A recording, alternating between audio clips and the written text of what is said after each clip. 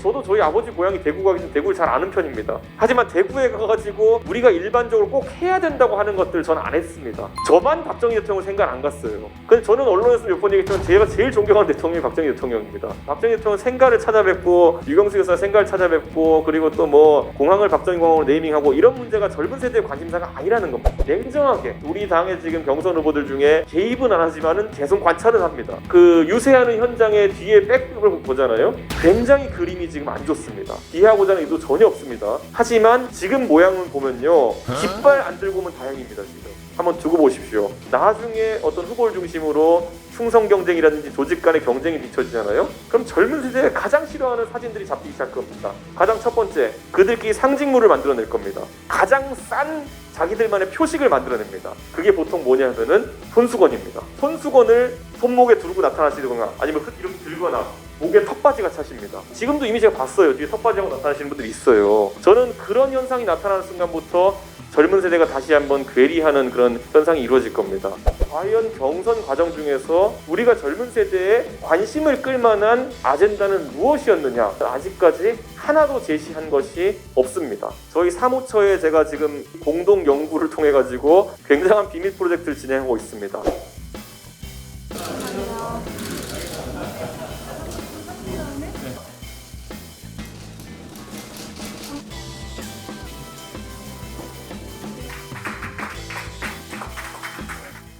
근데 그 100일 동안 제가 단 한순간도 놓지 않았던 고민은 뭐냐면은 결국에는 내년 3월 9일 대통령 선거에서 우리가 승리를 하지 않으면은 저 이준석 개인의 미래도 없거니와 우리 당도 상당한 혼란에 빠지게 된다라는 그 가장 큰 대전략을 놓고 지금까지 당무에 임했습니다.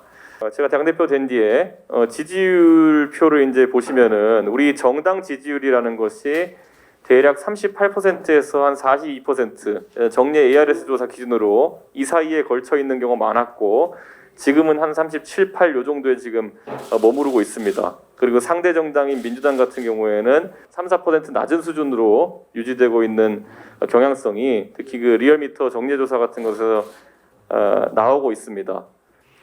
저는 그런데 여기에 대해 가지고 냉정하게 말씀드리면은 거꾸로 우리가 현재 상황으로 지고 있습니다. 무엇을 적용했을 때 그러냐면요. 제가 당대표가 된 뒤로부터 꾸준히 언급했던 것은 이제 그 세대 분할 구도입니다.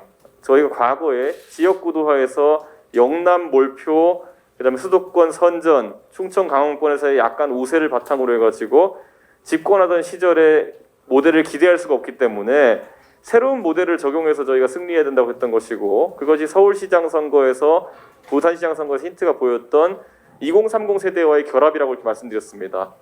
그런데 대한민국의 모든 여론조사 기관은 여론조사를 할 때 보통 셀을 나눠서 합니다.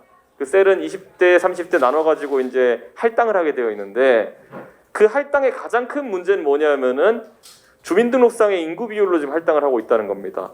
그래서 저희가 일반적으로 합산했을 때 나오는 지지율보다 지금 지지율이 적게 나올 수밖에 없는 구조적인 문제가 제가 그냥 간단한 수치만 제시해드리면요. 지난 부산시장 보궐선거에서 저희가 압승을 했음에도 불구하고 문제가 뭐냐면요. 저희가 상당히 높은 지지율을 얻었던 20대 투표율이 얼마 정도였을 거라고 생각하십니까? 부산시장 선거를 놓고 기준을 봤을 때 20대 전반, 그러니까 20대 초반에 있어가지고는 투표율이 38이 나왔습니다. 그리고 20대 후반에서는 34가 나왔습니다. 이 말은 뭐냐면은 전체 3명 중에 1명밖에 투표를 안 했다는 겁니다. 그런데 이 비율이 70대로 가게 되면요. 75% 가까이 투표를 합니다. 그리고 그 앞에 갈수록 이제 낮아져가지고 50대쯤 되면은 55%, 60% 정도 투표를 합니다. 그렇기 때문에 우리가 가지고 있는 가장 큰 문제는 뭐냐면은 당의 주력 지지층으로 편입되기 시작한 2030 세대의 투표율이 굉장히 낮았다는 것. 지난번 같이 결과가 굉장히 좋게 나온 선거에서도 그 수치가 낮았다는 것을 다시 한번 상기해야 됩니다. 그래서 지금 당 지지율이 실제로 ARS 여론조사 기준으로 3, 4% 정도 높다고 지금 인지되고 있지만은 실제로 저희가 이 투표율을 곱해서 적용해 보면은 제가 예전에 언급했던 그 어떤 게 안동에서 김영동 의원님 지역구 가가지고 얘기하면서 한 5% 정도 구도상으로 지질 수 있다라는 말이 진짜 실제로 수치가 그 정도에 가깝게 나옵니다. 그렇기 때문에 저희가 지금 20대, 30대에서 강한 지지가 나오고 있고 거기 투표율이 적다는 것이 오히려 우리를 약간 필요 이상으로 안도하게 하는 부정적인 효과가 있는 것도 사실입니다. 자, 그러면 저희가 냉정하게 생각해가지고 20대, 30대가 투표장에 나가는 동인을 어떻게 만들 수 있느냐에 대한 부분을 저희가 생각해야 되는데 그러면 결국에는 저희가 아젠다 발굴을 해야 되는 것입니다. 근데 지난 3, 4개월 동안에 20대, 30대 아젠다를 발굴하기 위해 가지고 사실 지도부 차원에서도 사실 지도부라고 하지만 제가 했던 것들이죠. 굉장히 다양한 아젠다들을 던졌습니다. 가장 먼저 기억나시는 것이 여성부와 통일부 폐지 문제였을 겁니다. 지성 의원님 그때 코멘트하신 것 제가 봤는데 이 여성부와 통일부 문제에 있어가지고 저희가 기존의 관성대로 보면요, 자 여성부를 건드렸을 때 여성들이 강하게 반응하지 않을까의 첫 번째 문제가 있고 통일부를 건드렸을 때는 그럼 통일을 하지 말라는 거냐 식의 어떤 반작용이 나올 수 있다 이런 얘기를 했는데 사실 저는 이 문제도 굉장히 조심스럽게 봐야 되는 것이 저희 지지층이 앞으로 양분대 지지층을 안고 갑니다. 20대, 30대와 그리고 60대 이상의 전통적 지지층이 결합해가지고 달려들 수 있는 메시지가 아젠다가 있어야지만 저희가 이 묶어가지고 메시지를 낼 수 있는 것이거든요. 그런데 그 중에 하나가 제가 그래서 억지로 엮은 작은 정부론이었습니다. 사실 작은 정부론을 저희가 진짜 이 행정의 개념으로 봤을 때는 작은 정부론이라는 것은 부처를 줄이고 이런 문제가 아니라 정부의 역할 그리고 정부의 지출을 줄이는 문제가 오히려 더 결부돼 있을지 모릅니다. 하지만 사람들에게 익숙한 그 작은 정부론이라는 단어를 통해 가지고 통일부 폐지에 대해 가지고 굉장히 강한 어떤 의지가 있는 그 장년층 이상의 세대와 그리고 여성부 문제에 대해 가지고 굉장히 관심이 많은 젊은 층의 관심을 묶어낼 수 있는 그런 아젠다 발굴이 필요했던 것이거든요. 저는 물론 제 입장에 봤을 때는 이 모든 전략을 우리 소속 의원님들과 상의하고 움직여야 되는 것도 맞지만은 반대로 말하면은 이런 전략을 다 상의하고 움직이고 사실 이런 내막이 있다라고 지도부가 하나씩 설명하고 나면은 대중에게 전달될 때쯤에는 다분히 정략적이고 다분히 선거공학적으로 들립니다. 제가 우리 당 소속의 100분의 의원님들한테 가가지고 사실은 이런 전략 때문에 이렇게 하는 겁니다 얘기하는 순간 그게 밖으로 안 새어나갈 수가 없고 그렇게 되는 순간 정략적인 움직임으로 국민들에게 비춰지기 때문에 상당히 전격적인 행보들이 이런 선거 행보에선 드러날 수밖에 없는 것인데 그게 초기에 우리 당에서의 약간의 혼란을 제가 야기했던 것 같습니다. 그래서 사실 이 부분에 대해 가지고 굉장히 지금 고민이 많았던 것도 사실입니다. 그래서 오늘 보시면 오늘 중앙일보에서도 재밌는 기사가 나왔던데 중앙일보에서 20대 30대가 어떻게 반응하는지를 여론조사 되게 심층으로 했습니다. 그런데 여기 보면은 탈원전 문제 같은 경우에도 젊은 세대는 굉장히 적극적으로 탈원전 문제에 우리가 메시지를 내기 기대하고 있는 것이고 뭔가 강한 메시지들을 원하고 있고 그게 정책에 결부된 부분들이 있습니다. 그런데 지금까지 우리가 그런 부분을 지난 100일 동안에 잘 담아내지 못했던 부분이 있는 겁니다. 지금 우리 전통적 지지층 60대 70대 이상 같은 경우에는 진짜 지역구나 아니면 그 관계 있는 분들 만나셔가지고 말씀하시면 다 느낄 겁니다. 이분들은 진짜 이번에 선거로서 권력을 교체하지 못하면은 대한민국이 망한다고 생각하고 계십니다. 그래서 이분들은 실제로 보궐선거에서도 엄청난 투표율로 저희를 지지해 주셨고 실제로 저는 대선에서도 이분들이 굉장히 좋은 역할을 훌륭한 역할을 해주실 거라 이렇게 믿습니다. 근데 2030 세대 같은 경우에는 아직까지도 냉철하게 투표할까 말까 그리고 국민의힘을 지지할까 말까라는 2단계 고민을 지금 하고 있습니다. 자, 기본적으로 당장 최근에도 보십시오. 저희가 여러 가지 정치적 사안이 지금 당내에서 이제 돌아가고 있습니다. 소위 말하는 고발 사주 의혹이라든지 뭐 이런 것들도 있고 한데 이 문제를 보면요. 냉정하게 2030과 지금 장년층 지지층이 갈려버렸습니다. 그게 물론 어떤 우리 당의 경선이 진행되다 보니까 후보 중심으로 이렇게 갈린 문제도 있겠지만은 애초에 우리가 던지는 메시지의 방향성이나 그 방법론이라는 것에 따라 가지고 2030 세대는 공감을 안 할 수도 있습니다. 최근에 있었던 여러 가지 뭐 그런 논쟁이 있어가지고 2030 세대는 꾸준히 관망세를 유지하고 있어요. 그리고 예를 들어 저희가 이 고발 사주 의혹에 있어가지고 국정원장의 정치 개입 같은 것을 당 차원에서 당연히 강하게 지적해야겠죠. 저도 강하게 메시지 내고 박지원 원장 거취 표명해라 이런 이야기까지 했습니다. 그건 잘 보시면은 그 메시지에 반응하는 세대는 박지원이라는 사람을 오랫동안 알아오고 그분 이름만 들어도 경기 일으키는 우리의 전통적 지지층이고 2030 세대 같은 경우에는 아직까지 그렇게 강하게 그 박지원 원장에 대해 가지고 타박하는 메시지를 내지 않고 있습니다. 이런 게 전형적으로 우리가 가진 지지층이 지금 똘똘 뭉치지 못하는 그런 이슈들이다. 저는 이렇게 파악하고 있어요. 그래서 저는 이 부분에 있어 가지고 저희가 메시지 발굴을 계속 해야 된다. 이렇게 말씀드리겠습니다. 젊은 세대는 그리고 정치에 있어 가지고 지금 굉장히 효능감을 맛봤습니다. 본인들이 처음으로 선거가 끝난 다음에 당신들 덕분에 이겼다라는 분석을 받게 됐습니다. 제가 사실 오세훈 시장 선거 선대위에서 일하고 난 뒤에 선거 다음 날 제가 페이스북에다가 올린 게 있습니다. 그때 다들 기억하실 겁니다. 20대 남성이 72.5%라는 압도적 지지율로 오세훈 시장을 밀었다는 그 통계가 나온 직후에 제가 사실 선거 끝나고 좀 오버해가지고 2030 세대가 이번 선거의 승리의 주역이었다는 걸 계속 언론 인터뷰도 하고 페이스북도 계속 쓰고 이렇게 이야기했습니다. 그건 뭐냐면은 그들에게 내가 정치에 참여했더니만은 어떤 성과가 있었다라는 것을 굉장히 투영시키기 위한 그런 저의 노력이었습니다. 왜냐하면 저는 대선 때까지 그들의 자부심과 그리고 어떤 성취감이라는 것이 계속 이어지는 것이 굉장히 중요하다고 봤기 때문이거든요. 근데 이게 이제 또 전당대로 넘어가가지고 바람이 계속 불고 그런데 이 국면을 제가 당대표 된 이제 이어나가려고 하는 모습은 또 어떤 분들에게는 자기 정치로 비춰졌을 것 같습니다. 그래서 왜 대표가 자기 정치하냐, 후보가 관심 받아야지 라는 말을 굉장히 많이 들으셨을 겁니다. 근데 저희가 솔직히 말하면요, 그 과정 속에서 한번 꺾였습니다. 지금 2030을 위해서 준비했던 많은 정책이나 메시지나 그들이 관심 가질 만한 주제들이 사실은 한풀 꺾인 거거든요. 그래서 저는 지금 사실 이 경선 과정 중에서 다시 그걸 살릴 수 있을까에 대해 가지고 약간의 고민이 있습니다. 지금 그들이 좋아하는 방식으로 예를 들어 제가 선거관리위원회에 하는 일에 지금 전혀 개입을 하지 않고 있기 때문에 저희 선거기획 지금 주변에서 보시면요, 3주 전까지만 하더라도 토론을 하면 특정 주자가 유리하다 불리하다 해가지고 엄청나게 싸워댔습니다. 저희가. 지금은 언론이 일관되게, 그리고 또 일부 주자들은 어떻게 토론 한 번 없이 컷오프를 진행하느냐라는 비판도 나오고 있습니다. 저는 이게 굉장히 저는 앞으로 우리가 경선 앞으로도 한 달 반 가까이 남은 일정을 놓고 진지한 고민을 해야 될 게, 애초에 그 당대표의 자기정치 프레임이라는 것이 굉장히 무서운 프레임이라는 겁니다.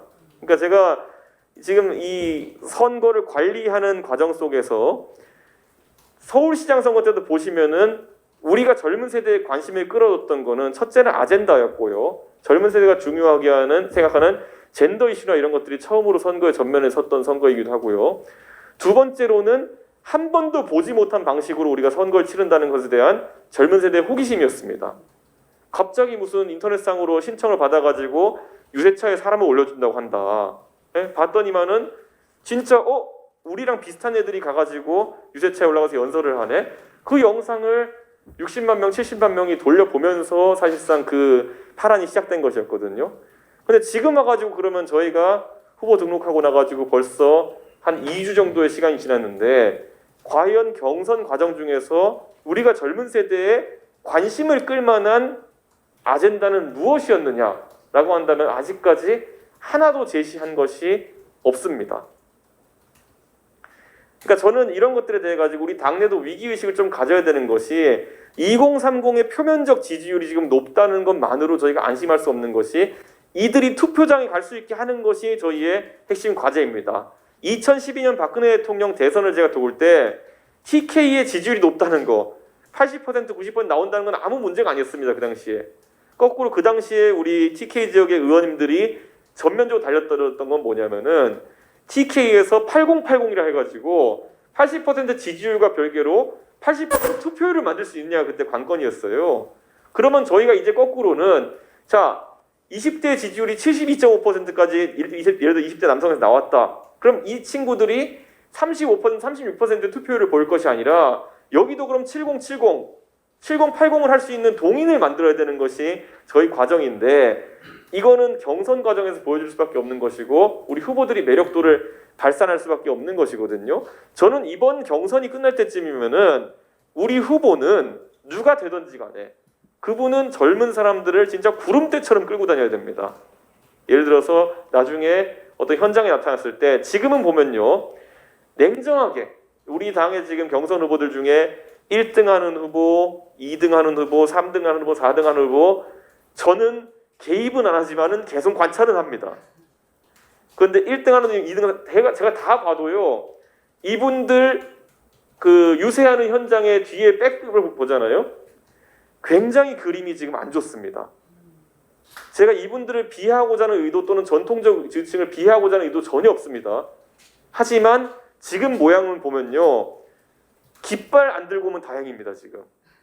예전에 저희 당의 그런 어떤 확장성이 없는 후보들이 보였던 모습을 보면은 가면은 조직 동원이 되어가지고 유세장을 채우는 경우 있지 않습니까?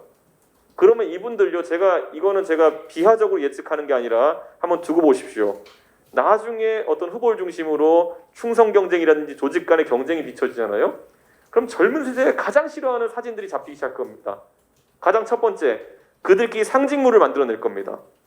그래서 제가 봤을 때는 보통 제가 우리 당 후보들 뒤에 이제 소위 사진 뒤에 잡히는 분들 보면은 가장 싼 자기들만의 표식을 만들어냅니다. 그게 보통 뭐냐면은 손수건입니다. 그래가지고 손수건을 다 이제 배부해가지고 또는 다 공동구매하셔가지고 손목에 두르고 나타나시거나 아니면 이렇게 들거나 아니면 목에 턱받이가 차십니다. 저는 좀 있으면 우리 후보들 뒤에 그런 현상이 지금도 이미 제가 봤어요. 뒤에 턱받이하고 나타나시는 분들이 있어요. 저는 그런 현상이 나타나는 순간부터 젊은 세대가 다시 한번 괴리하는 그런 현상이 이루어질 겁니다. 역설적으로 서울시장 선거는요. 제가 그냥 이렇게 말씀드릴게요. 제가 그 캠프에 있었기 때문에 그 조직이 오세훈 시장의 반대편 항상 있었어요. 예. 여기에 기억하시는 분들도 있겠지만은 오세훈 시장 쪽에는 오히려 사람이 없어가지고 그런 모습이 안 나왔는데 반대편에 있었기 때문에 그런 게 좀 덜했습니다. 저는 그래서 이 관심도를 끌어오기 위한 여러 가지 전폭적인 새로운 메시지들을 여기 계신 의원님들이 내주셔야 된다. 아니 여기 당장 보시면 의원님들 다 주요 분야들이 있지 않습니까? 저는 우리 당장 김영식 의원님만 하더라도 젊은 세대가 관심 가질 만한 어떤 이공계 이슈나 이런 것들 같은 경우는 굉장히 많아요. 지금 보면은 그런 것들은 어쩌면 우리가 다소 파퓰리즘적이라는 이야기를 들을지라 하더라도 그냥 전격적인 이야기들을 이제 해야 하는 것이죠. 예를 들어 최근에 보면은 뭐 다른 의원님도 관심 많으시겠지만은 가상화폐 투자 문제부터 시작해가지고 예를 들어 카카오 문제 같은 것들도 자영업자들 중에는 지금까지는 뭐 재난지원금이나 이런 이슈 때문에 자영업자 이슈 갔다 그러면은 요즘은 카카오에 대한 이슈 같은 것들도 젊은 사람들이 종사하는 미용실 업종부터 시작해가지고 여러 업종에 걸쳐 있습니다. 그리고 젊은 세대는 교육을 잘 받았기 때문에 이 문제를 저도 이제 그 중앙일보에 기고를 하면서 반독점이라는 세 글자를 이제 처음 꺼냈거든요. 그러니까 젊은 세대는 알고 있어요. 그러니까 우리가 자유 경쟁하는 데 있어가지고 독점 기업, 과점 기업이라는 것이 얼마나 위험한 존재인지 이런 것들을 우리가 먼저 반독점이라는 키워드를 치고 나간다고 했을 때 젊은 세대는 굉장히 호응할 수 있는 그런 준비가 되어 있습니다. 그리고 예를 들어서 허은하 의원 같은 경우 최근에 게임 이슈 같은 것들 원래 하태경 의원도 게임 이슈나 이런 거 관심 많아가지고 많이 하셨는데 요즘 하 의원님이 뭐 대선 경선 과정 때문에 정신이 없으시다 보니까 그 이슈 같은 것들로 그 커뮤니티에서는 허은하 의원님 이름 굉장히 많이 나오는 거 제가 봅니다. 그 외에도 보면 지금 뭐 윤중현 의원님도 보면은 최근에 젊은 사람들 이 공정이나 이런 이슈 굉장히 관심 많은데 광복 회장 이런 사람들 지금 보면 얼마나 황당합니까 보면은 사실 이분이 더 중차대한 직책을 맡으셨다면 더 크게 이슈화가 됐을 만한 그런 문제들인데 저는 이런 것들 굉장히 건드릴 수 있는 이슈다 이렇게 저는 보는 겁니다. 저는 앞으로 그래가지고 이런 젊은 세대에 맞는 이슈들을 의원님들이 하나씩 들고 계셔야 됩니다. 그래서 하나의 소영웅들이 되셔야 되는 거거든요. 저는 그 영웅들이 있을 때 유세장에 그 영웅들을 보기 위해 가지고 젊은 세대가 몰려들 것이고 후보가 모든 이슈를 잘 알 수가 없습니다. 후보가 가가지고 오히려 모든 이슈를 다 아는 척 말하려다 보면은 꼭 실수가 나오게 되어 있습니다. 제가 지금 한 가지 확신시켜드릴 수 있는 거는요. 그 지난 서울시장 선거 때 젊은 세대를 엄청나게 끌어냈던 유세차라는 것 있지 않습니까? 이번에 저희 사무처에 제가 지금 같이 공동 연구를 통해 가지고 굉장한 비밀 프로젝트를 진행하고 있습니다. 의원님들이 하나씩 전문 분야를 가지고 여러분들이 준비되시면은 그 유세차나 여러 공간에서 의원님들이 주인공이 될 수 있고 젊은 세대가 구름대같이 몰려들 수 있게 하는 저희가 기획을 준비하고 있습니다. 그래서 그런 부분 같은 것들을 저희가 차근차근 진행해야 될 필요성이 있다. 저는 이렇게 봅니다.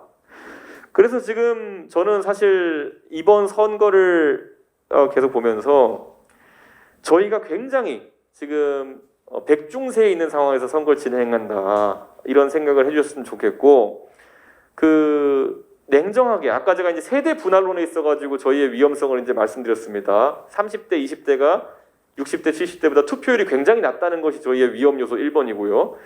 2번 요소는 뭐냐면은 제가 언론에서 몇 번 언급했지만은 박근혜 대통령과 문재인 후보가 되게 세게 붙었던 이정희까지 사퇴하고 되게 세게 붙었던 2012년의 선거를 보시면요. 결과 기억하시겠지만 51.6대 48이었습니다. 그 엄청난 대결집이 이루어지고도 저희가 3% 차로 박빙 승부를 펼친 것이거든요. 그때 TK 총결집했고요. 50대, 지금의 60대가 되신 분들이 50대가 총결집해서 80% 이상 투표했습니다. 투표 종료 시간 이후에도 줄을 섰어요, 그때. 그랬는데도 불구하고 저희가 3% 차로 이긴 겁니다. 거기에 더해가지고 다들 아시겠지만은 그때는 사전투표가 없었습니다. 사전투표가 없었기 때문에 주소지에 있는 분들만 대부분 투표를 했기 때문에 저희가 그 대결집에 박근혜라는 슈퍼스타를 가지고도 3% 차이로만 이겼던 것입니다. 자, 그럼 그때에 비해 가지고 저희가 그럼 TK에서 만약에 상대 후보가 지금 1위 후보를 달리고 있는 이재명 후보라면은 TK에서 지금보다 표가 더 그때보다 더 많이 나올까요? 저는 그 확신할 수 없다고 생각합니다. PK는 선거가 거듭될수록 저희가 표를 잃어버리고 있습니다. 이번에 물론 저희가 그걸 회복하기 위한 노력을 해야겠지만은 박근혜 대통령 때 저쪽이 35% 가져갔던 것보다 덜 가져가게 만들기 쉽지 않습니다. 수도권은 상대 후보로 상정할 수 있는 이재명 후보의 주요 핵심 지지 기반입니다. 여기는 최근에 재난지원까지 더 얹어줬어요. 자기 권한으로. 그렇다면은 과거보다 원래 저희가요.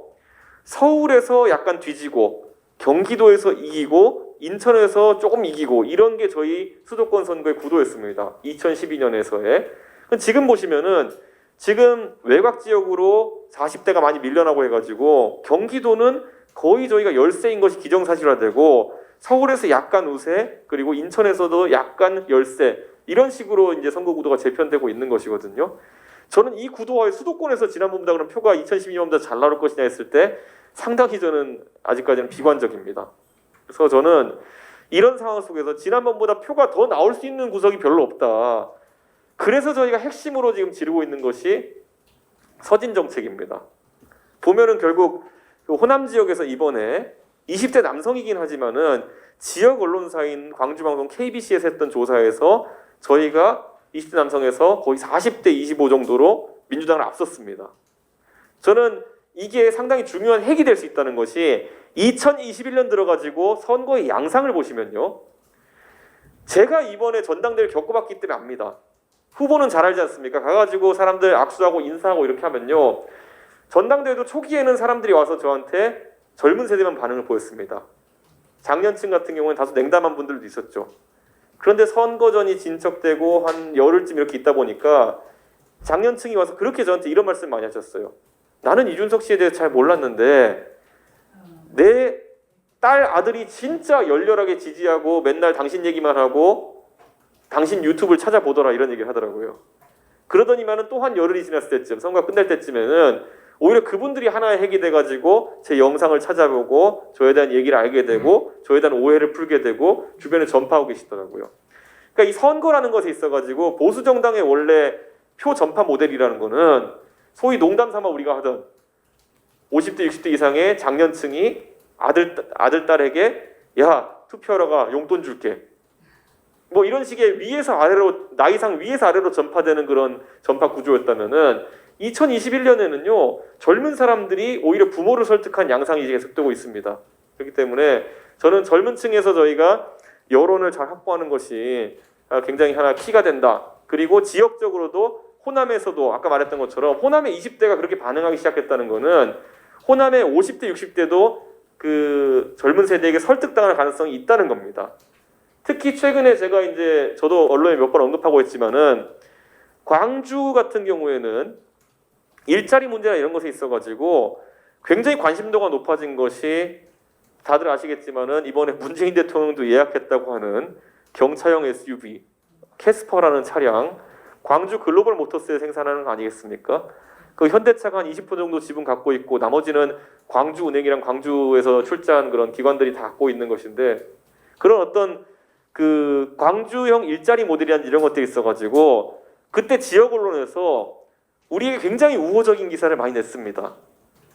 민주당에 찾아가가지고 입법해달라 그래도 정말 시큰둥했던 것인데 광주 글로벌 모터스 입법에 있어가지고 전주의 의원님과 우리 당 의원님을 찾아갔더니만은 굉장히 적극적이더라. 그래서 고맙다는 기사를 광주의 지역 언론이 굉장히 많이 냈었어요. 저는 이런 것들 굉장히 실제 영향이 있다 저는 이렇게 봅니다. 젊은 세대는 과거와 다릅니다. 저 보십시오. 저 취임해가지고 저 서진 정책 하겠다고 하는데 제가 냉정하게 말씀드리면 저는 예전에는 망월동 묘역이고 다 갔는데 제가 취임한 다음에는 오히려 아직까지 제가 5.18 묘역이나 이런 거 안 갔습니다. 그건 제가 그걸 중요하게 생각하지 않기 때문이 아니라 제가 취임한 다음에 첫 행보는 새만금이었습니다. 그리고 군산이었습니다. 군산에 이제 그 GM이 망한 공장에 이제 새로 세워진 명신이나 이런 자동차 공장들. 그리고 그 다음에는 완주에 있는 수소경제, 현대자동차 상용차 공장 이런 것들에 대한 접근이었고 그 다음에는 여수, 순천, 광양이었습니다. 그러니까 저희가 호남에 있어가지고 굉장히 전략 접근을 해야 되는 게 우리가 항상 피상적인 접근을 해왔던 게 뭐냐면은 호남 행보를 해도 우리 국민의힘 사람들은 가가지고 5.18 묘역 외에는 다른 곳을 별로 가지 않았어요. 지금까지. 항상 가서 5.18 묘역에 가서 잘못을 반성하는 정도까지만 가고 그럼 항상 변수가 좁혀지는 게 뭐냐면은 누가 갔냐, 몇 명이 갔냐, 무릎을 꿇었냐 안 꿇었냐 이 정도 갖고 이제 판단하게 되는 겁니다. 그래서 저는 이걸 넘어서 가지고 광주에 어떤 문제를 우리가 고민하고 있느냐 아니면 여수, 순천에 어떤 문제를 고민하고 있느냐 저는 이번에 제가 대선 후보들 만나 뵈면요 굉장히 저는 냉정하게 말씀드렸습니다. 예? 저희 전당대회 때 저는 솔직히 말씀드리면은 대구에 가가지고 대구에서 저도 저희 아버지 고향이 대구가 있는 대구를 잘 아는 편입니다. 하지만 대구에 가가지고 우리가 일반적으로 꼭 해야 된다고 하는 것들 저는 안 했습니다. 여기 김영식 의원님도 계셔가지고 죄송하지만은 저만 박정희 대통령 생각 안 갔어요. 예. 근데 저는 언론에서 몇 번 얘기했지만 제가 제일 존경하는 대통령이 박정희 대통령입니다. 박정희 대통령을 존경하는 문제랑 박정희 대통령 생가를 찾아뵙고 유경수 여사 생가를 찾아뵙고 그리고 또 뭐 공항을 박정희 공항으로 네이밍하고 이런 문제가 젊은 세대의 관심사가 아니라는 겁니다. 저희가 메시지를 좀 더 그런 것을 생각하면서 어쩌면 우리가 당연히 해야 된다고 하는 것들을 안 하는 것이 오히려 메시지일 수 있다는 생각을 해야 되는 겁니다. 거기에 대해서 물론 불편하게 생각하는 우리 전통적 지지층도 있을 수 있겠지만은 저는 그런 어떤 새로운 행보들을 했을 때 젊은 세대가 굉장히 관심을 많이 가질 수 있다는 겁니다.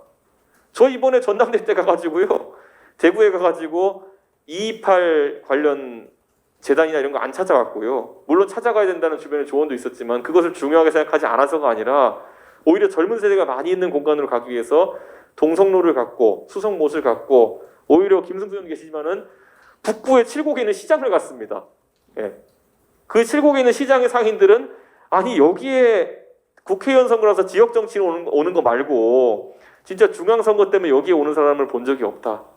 뭐 이런 평가를 받을 정도로까지 저희가 새로운 지지층을 찾아 나서야 되는 것이거든요. 대구에도 새로운 지지층이 있습니다. 저희가 놀랍겠지만은. 그리고 호남에서는 더 하고요. 호남에서 처음으로 제가 취임한 다음에 전주에서 가두에서 당원 모집을 했습니다. 제가. 그런데 됩니다. 되는데 지금까지 안 했던 것이겠죠. 우리가. 왜냐 우리는 항상 지금까지 호남에 가려면 일정 최소화를 하겠다고 했고 그래가지고 5.18 묘역에 가가지고 무릎을 꿇느냐 마느냐로 저희가 항상 뉴스를 치환했기 때문에 저는 앞으로 이게 꾸준한 노력이 있어야 된다. 저는 그런 생각하고 나중에 저희가 선대위 체제로 가게 되면은 이런 굉장히 다른 양상의 선거운동들을 이제 저희가 준비해야 될 겁니다. 제가 또 의원님들 말씀드리고 싶은 건 뭐냐면은 그 선대위가 차려지고 결국에는 후보 중심으로 우리가 당무가 많이 돌아가게 될 텐데 그러면은 결국에는 이 우리가 해야 되는 산적한 과제들을 차치하고 결국에는 후보와 가까운 위치부터 역할을 하게 이제 배치가 많이 되고 선호하는 그런 분들이 있을 겁니다. 그런데 진짜 저희 젊은 세대를 향해 다가가는 거는 각자의 지역에서 그리고 각자가 담당하는 직역에서 꼭 역할을 해주셔야 된다. 그게 없으면 저희가 사실 굉장히 어려운 것이 현실입니다. 저는 그래서 이번에 제가 우리 의원님들께 공유하고 싶은 것은 정말 선거가 녹록지 않다. 예, 저는 제가 매일 여론조사 표를 놓고 엑셀을 돌립니다. 예, 오늘 나온 여론조사 표에 있어가지고 사실 후보들에게 개입은 안 하지만은 이 후보가 어떤 상태에 있는지도 제가 분석하고 그리고 우리 당은 또 어떤 상태에 있는지 분석을 합니다. 그런데 우리 당은 지금 실제로는 내일이 선거라고 한다면 투표를 곱해봤을 때 결코 이기지 못하는 정당 지지율을 갖고 있고요. 우리 후보들은 젊은 세대에게 멀어지는 경향성을 가지는 그런 후보들이 더러 있습니다. 저는 그래서 이 부분은 물론 뭐 젊은 세대한테 조금 더 좋은 평가를 받기 시작하는 후보도 있겠지만요. 저는 그래서 이 지점에 대한 냉철한 고민들이 필요하고 그 부분에 있어가지고 항상 의원님들과 고민을 지속해 나가겠다는 그런 약속과 그리고 제 개인적인 또 부탁입니다. 이거는 그 전통적 지지층을 전혀 폄훼하고 싶은 생각 없고요. 이분들은 항상 나라 걱정을 많이 해주셨고 지금 우리나라가 무너진다는 판단 때문에 우리 당의 어떤 후보가 경선에서 통과한다 하더라도 믿고 지지해 주시고 항상 든든한 응원자가 돼 주실 것입니다. 그리고 투표장에 나가는 수고로움을 외면하지 않을 것이고요. 하지만 젊은 세대는 말 하나하나에 휙휙 넘어갑니다. 지금 휙휙 넘어갑니다. 예. 이 참 민감한 주제지만은 캠프에 누가 한 명 들어갔다는 것, 우리 솔직히 말하면 캠프에 어떤 본부장이 있고 어떤 인사가 특별위원장으로 있고 오히려 우리 의원님들 잘 모르시지 않습니까? 젊은 세대는 인사 영입 발표가 나면 하나하나에 거의 반응합니다. 그 사람이 있는 캠프는 찍을 수가 없다. 그 사람은 과거에 이런 발언했던 사람인데 어떻게 내가 지지하는 후보가 저런 사람을 데리고 올 수 있겠느냐. 어제도 보면은 어떤 후보 캠프에서 누굴 영입했더니만은 사실 그분은 젊은 세대보다는 좀 장년층에게 유명하신 분인데도 불구하고 젊은 세대가 강하게 반응해가지고 제가 듣기로는 막 문자도 보내고 카톡도 보내고 그분 좀 재검토해달라고 이렇게 하기도 했고 뭐 이렇다는 얘기가 들렸는데 저는 이런 것들이 앞으로 굉장히 선거에 있어가지고 민감하게 작용할 가능성이 있다. 저는 이렇게 봅니다. 그래서 오늘 제가 공유드릴 말씀 여기까지고 한번 이 문제를 심도 있게 같이 토론하고 논의했으면 좋겠습니다. 감사합니다.